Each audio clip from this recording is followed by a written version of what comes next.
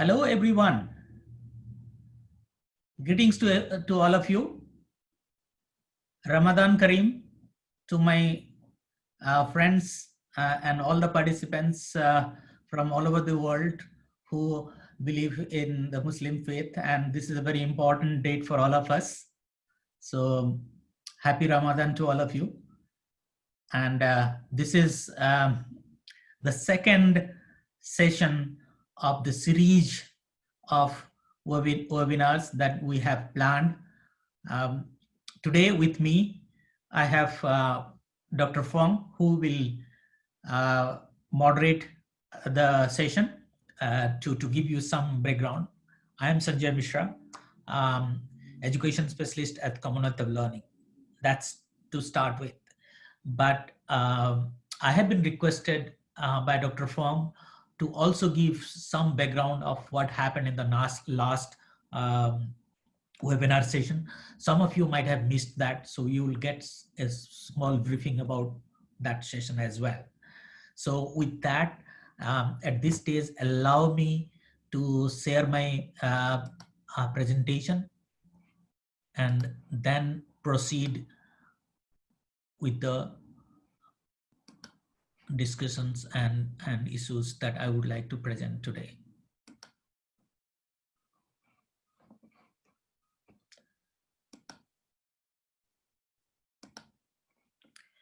As I said before, this will be a series of 12 webinars, which started on April 16, 17, and will go up to May 28, 29. This was actually planned for a face-to-face workshop. We have taken the opportunity of online mode and the difficult situation we are all in to make it open to colleagues from anywhere in the world. And that's the affordances of online technologies. As I said, I'll give a brief about me. I'm your host and facilitator for this session, and I'll be actually hosting all the sessions, even though there will be experts coming on other sessions to make presentation. I will be facilitating, and like Professor Fong will do a bit of role when I am doing the majority of the talking and explanations. So I'll be the facilitator for this series, the host for this series. And I have a background in open distance online learning for over last 25 years. So if you have are more interested about me, I think you can look into the website of the Commonwealth of Learning, go to the staff and look at my brief profile there. But I am also reminded by Professor Fong that he wants to speak for 2 minutes at this point. So may I request Professor Fong just speak on your mic?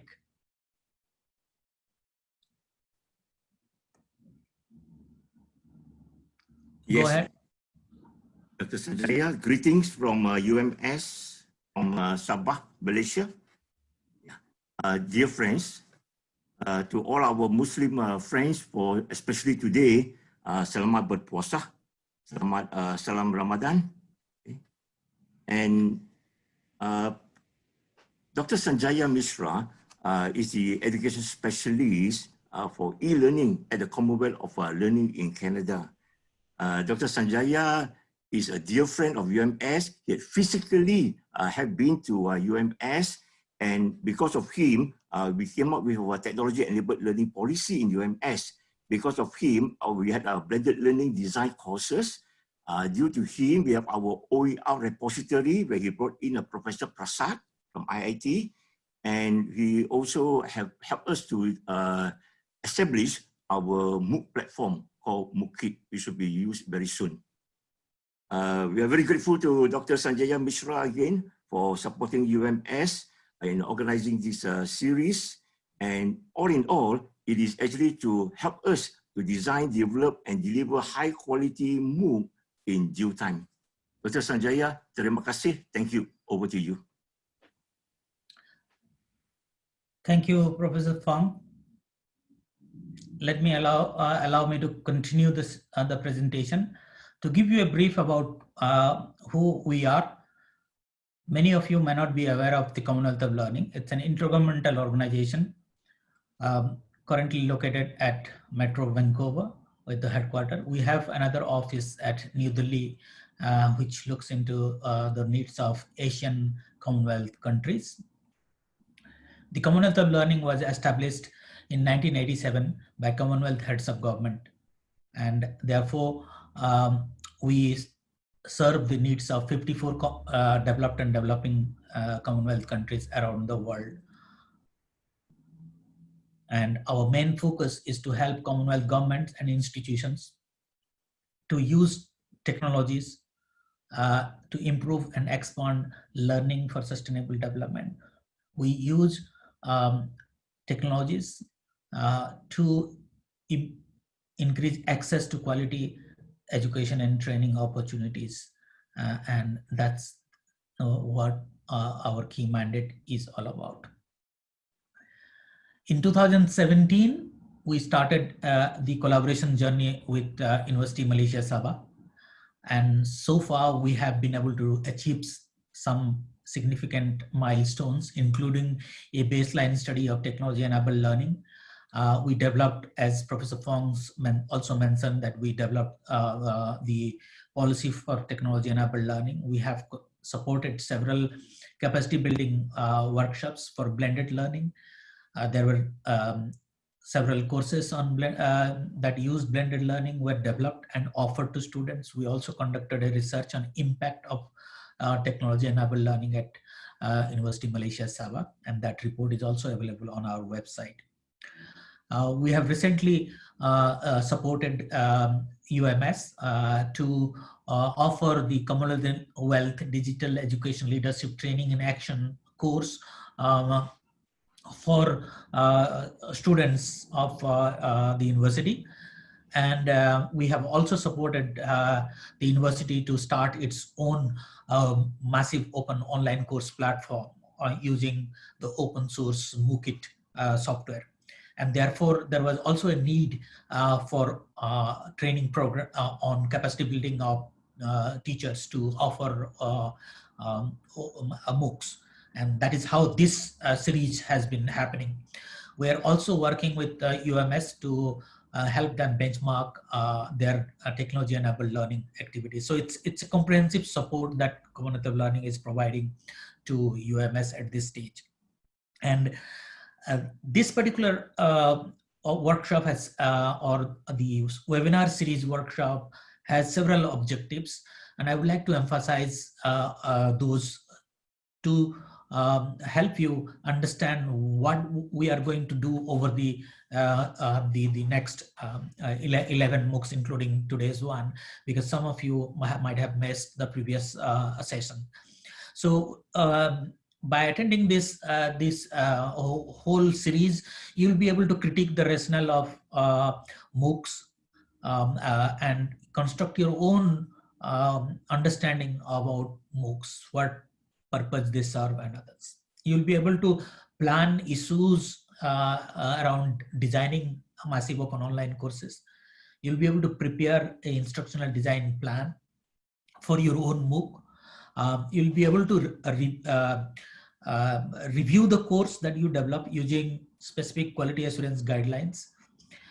You will also able to understand and apply ethical measures to when you deal with student learning and using learning analytics on MOOCs.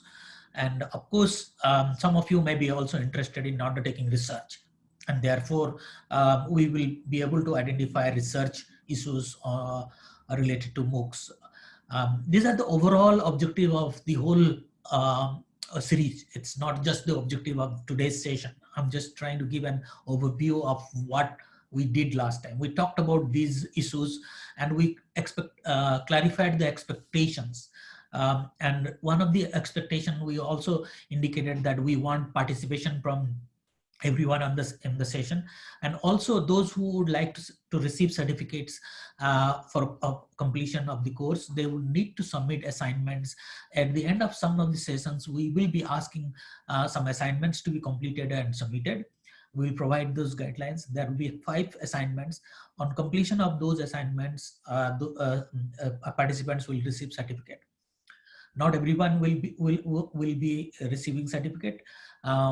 This facility is only for participants from University of Malaysia Sabah, but other participants from other parts of the world, if they are interested, they need to send us a specific email, and we will monitor their progress and provide them feedback during the process. These are the kind of things that we talked in the previous session. So with that, I will now focus on today's session. And today's session is about taxonomy and anatomy of massive open online courses.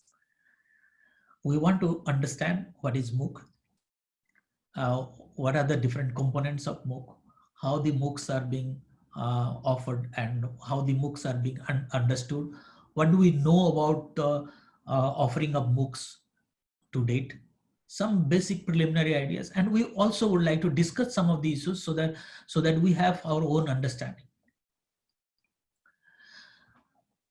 First thing I always talk about when we talk about massive open online course is to remember 3 basic principles. You might have heard about MOOCs from different platforms: Coursera, edX, Malaysia MOOC, the SWAYAM MOOC in India, Japan MOOC, Korea MOOC, and FutureLearn in UK, and so on and so on. But very important part, if you are planning to offer MOOCs, I think important part is to understand these three things. MOOCs are successful, and people join MOOCs because 3 important reasons: reputation of the institution, who is offering the MOOC, or is the professor a reputed expert or a celebrity professor in his or her own field. People look at those things. And the second is the topic of the MOOC is interesting enough? Is it a specialized course? Is it not available elsewhere? And at the institution, do you have infrastructure to offer a MOOC? Can you manage? Do you have a team of people? We will look into some of these issues later on when we look at planning and other issues during the course of this webinar series. But we need to answer these questions. If you are yes on everything, you have a specialized course, the institution is able to attract large number of students, and you have the technical infrastructure, then yes, you should think about MOOCs to be offered by your institutions and yourself. But what is actually MOOC is all about? And as you see on the screen right now, I have adapted this graphic, which is very popularly used on the internet. Massive consists of 4 massive open online course, 4 distinct phrase: massive open online course. Each has its own meaning, but different interpretation by different people. Massive is about number, how many number of learners are taking the course, but nobody is able to clearly define what is massive as such. The list somebody has said is that 150 can also be considered as massive, but there are others who say no, a small course with 150 learners can be done with any other technologies available with a simple learning management system. Why do you need another platform to do those kind of stuff? So it's undefined yet. But massive is, let's assume a colloquial understanding, large number of learners, okay, in that sense. Open is also subject to interpretation. Currently what happens is mostly it is open to registration, but or sometimes free, but it's not about open content always, meaning that they are not available as open educational resources, or so open is also subject to different interpretation. Online, yes, online is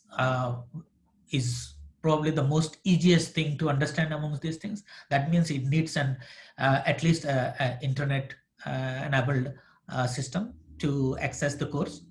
But here also there are other variations. that you can add a meetups, you can have a blended MOOCs where you can have face-to-face interactions and so on and so forth. So it's when it's, and for example, we have used CD-ROMs, we have sent CD-ROMs to participants some years back when they had challenges of accessing online course. So here also it is little flexible.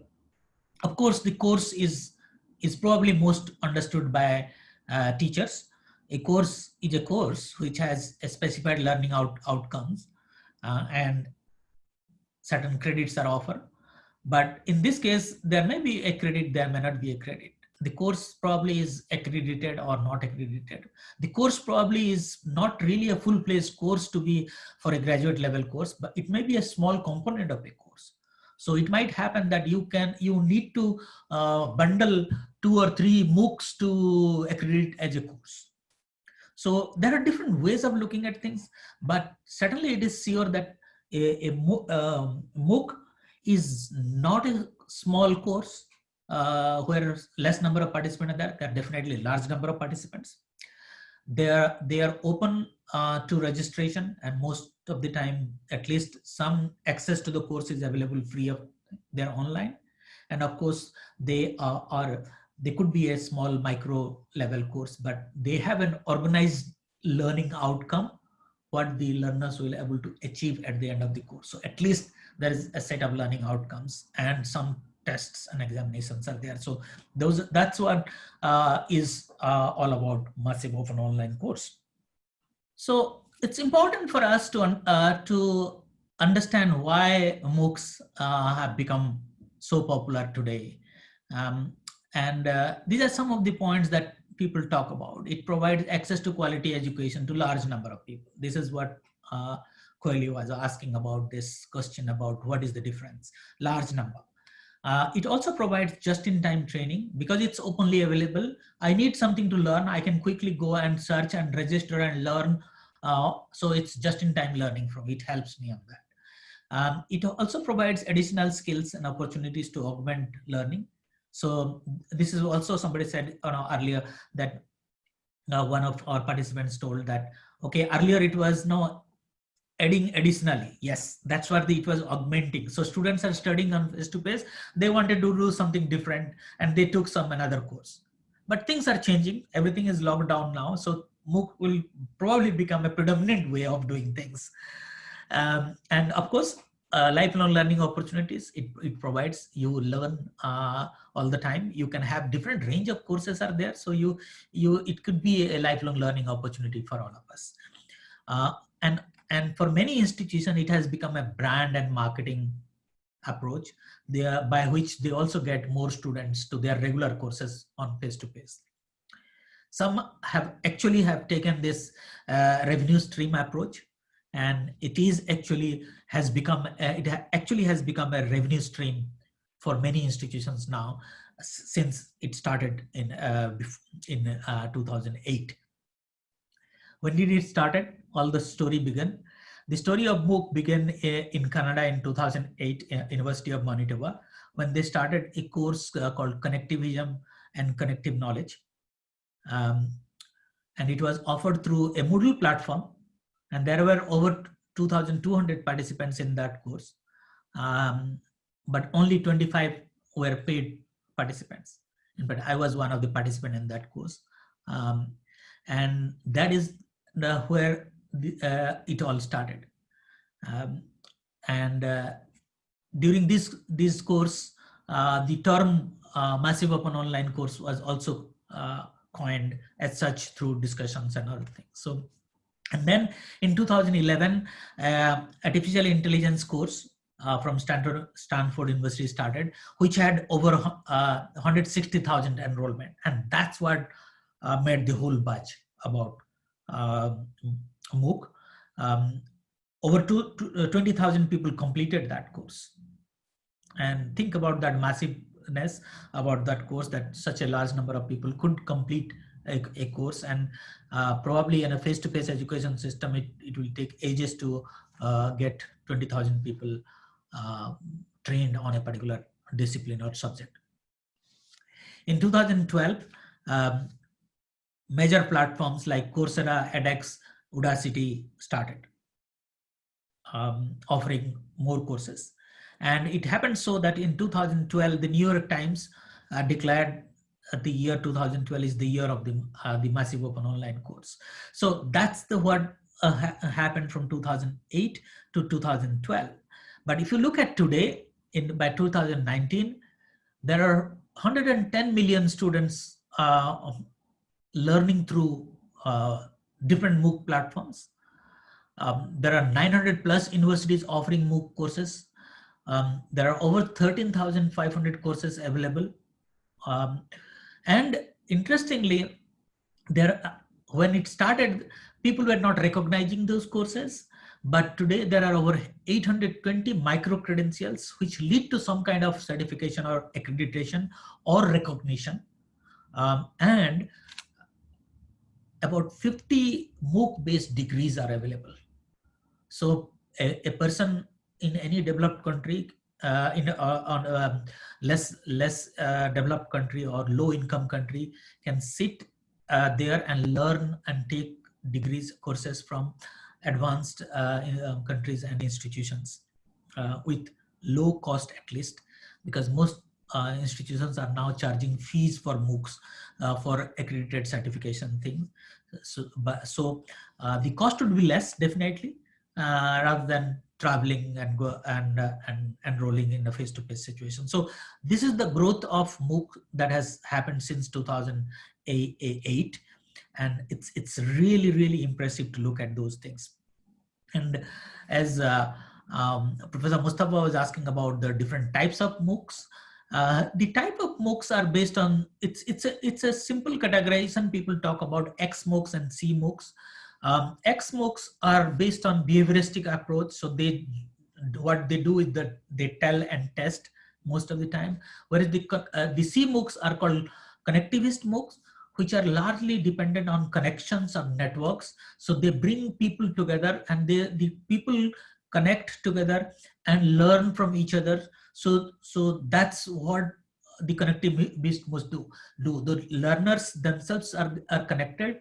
They do different things at different places and use the power of the network of the technology. They use blogs, they use wikis, they use the platform, but they get connected to different resources and individuals. And therefore, it's become connectivist MOOCs. So it's based on the theory of connectivism. Whereas the X MOOCs, which are largely dependent on videos, quizzes, and discussion forums, and follow a traditional pattern of class-based learning management system, and it's called X MOOCs. These are two predominant types of MOOCs that you will find. But there is also an expanded version of this. And Granny Connell has given this expanded version of MOOC. So there are 5 different types. One is associative MOOCs. So these MOOCs are simple MOOCs which are trying to help individual learner improve something and change their behavior. And one of the example Granny Connell gives is the example of a MOOC to learn Chinese from UK Open University. So it's just personalized kind of learning situations that it looks at. The second one is cognitive MOOC. The cognitive MOOCs are majority focus on learners' experience-based learning. So it might take an analysis of learners, what they know. Say, for example, one example is about if you know how to write a song, then the first thing is that what do you know about songwriting? So there is a course on songwriting which will fall on this cognitive MOOC. And I'm using Granny Connell's example to illustrate this point exactly. The third is constructivist. We talked about constructivist before. So the example is the 2008 course offered by University of Manitoba, offered by George Siemens and Stephen Downes. And the fourth one is a situative MOOC. So what it does, it's that it is situated in a particular context, and the context is important, and dialogue is important. And I have gone through a course which was offered by the World Bank, and it was on citizen engagement. So if you are doing a course on citizen engagement, you need to situate in a particular situation, and you need to apply your knowledge and learning in that particular situation and get involved in the community and processes that happen. So that situated learning environment is created through the MOOC. So that's another. And the fifth one is connectivist, which actually I shuffle it between constructivist and connectivist. The connectivist is what I talked about before, but the constructivist is largely, the constructivist MOOCs builds on your prior knowledge and helps you to do things better. So it's all about doing, learning by doing. So pardon me for this confusion, and I clarify again. The constructivist MOOC focuses largely on learning by doing. So you do projects, do activities. The connectivist MOOC connects you to individual and resources. So these are the 5 different types of MOOCs which we can use as expanded type of MOOCs beyond XMOOC and CMOOCs. The pedagogical innovations, the MOOC are being considered as a pedagogical innovation because it can actually cover several new ideas that are available on online learning, and those can be applied to design and develop MOOCs. I'm not going into detail of these things. We will cover some of those things when we go to the next webinar session. So what happens is that because of online delivery, we know that there is an online learning is efficient, and in today's world, it is more efficient. It uses quizzes and assessment so that you can actually develop skills to retrieve learning. You can use videos and quizzes to apply your mastery learning tricks, so that you can do quizzes several times. You can apply and watch and rewatch again and again the videos, so you can develop mastery learning skills. It can also adopt peer learning and self-learning things, which will enhance the whole learning experience by as assessment for learning. You can use short videos, which enhances attention and focus. You can use discussion forums as well, so that you can help construct knowledge. And of course, if you are using a CMOOC, connectivist MOOC approach, then you can actually improve collaboration, networking, and create a community of practice. So there are different pedagogical ideas and innovations. Those are all can be combined in one way through massive open online platforms. So I'll continue from here what we talked about. What are the components of a MOOCs? Because this session is about taxonomy and anatomy. I think we covered mostly about the taxonomy of MOOCs. Now, how do you classify the MOOCs? How will you categorize the MOOCs? Now let's focus a little bit on the components of MOOC. What are the internal qualities of MOOC, or what are the features of MOOC? What are the components of MOOC? So there is a set of external feature and there is a set of internal features. Let me now focus on some of the external features that when you look at a MOOC, you will find at what level this MOOC is. Is it in a basic beginner level, intermediate level, or it's an advanced level course? What is the duration of the course? How much time it will require? Is there a prerequisite or not? You can look into those kind of things on the course offerings. What is the language of instruction? There is a course description, learning outcome. How will you get a certificate? How will you be assessed? What are the rubrics of assessment? Who is the teacher offering this course? And what are the course materials available? Is the certification available? Whether this certification is accredited or not? All those kind of issues will be there in external features. Whereas some of the internal features are what are the learning content that is there? What is the quality of learning materials? Um, how do you use quizzes, surveys, videos, discussion forum, assignments, project work, and all those internal things that in the course. The internal features probably you will get access to when you register for the course. But sometimes some of the platforms also give a sneak preview to some of the internal features because they want to attract the learners that, okay, this is a good course. They allow the learners to audit the course before actually committing themselves to the course. So the a course, the massive open online course is a collection of all those things available on a single platform. So it's an expansion of the online courses available in campuses, but it is made available to the world. They can look at and then decide and join. So these are some of the components of massive open online courses.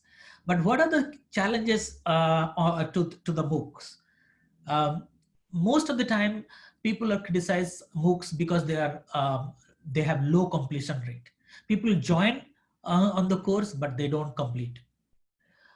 Many a time, it is also not, it is considered as, no, it will enable access to large number of people, but studies shows that most participants are very well educated and employed people, and they are having graduate degrees. So it's not necessarily democratizing force. And as I told before, most of the time the MOOCs are not really open because you cannot reuse the course, and most of the courses are copyrighted materials. There is also a big concern about monetization of the MOOCs, which is happening. And also there is big concern about the data and ethical use of the data by these big platform owners. And therefore institutions are trying to host their own MOOC platform because they will have control over their data, unlike going to the big platforms where the data is shared, and institutions do not have control over those data. We know something about the MOOC, even though there are many challenges. We know some things about MOOC now because there are a lot of research that has happened. There are different types of learners. Some learners are active learners, some are passive learners, some are just joining for auditing the course, and they are not necessarily looking for a certificate or anything. So that decides the kind of success rate. Students, we know that students are more likely to complete a course if you engage them in a pre-course survey and allow them to know that there are other learners who are also like them and going through those courses. So that understanding of their expectations and informing them the range of type of learners with the similar interest and similar objectives sometimes helps them to complete the course. Another study also talks about that while the participant success rate or the completion rates are low, but if you look at the intention of the participants, whether they had come to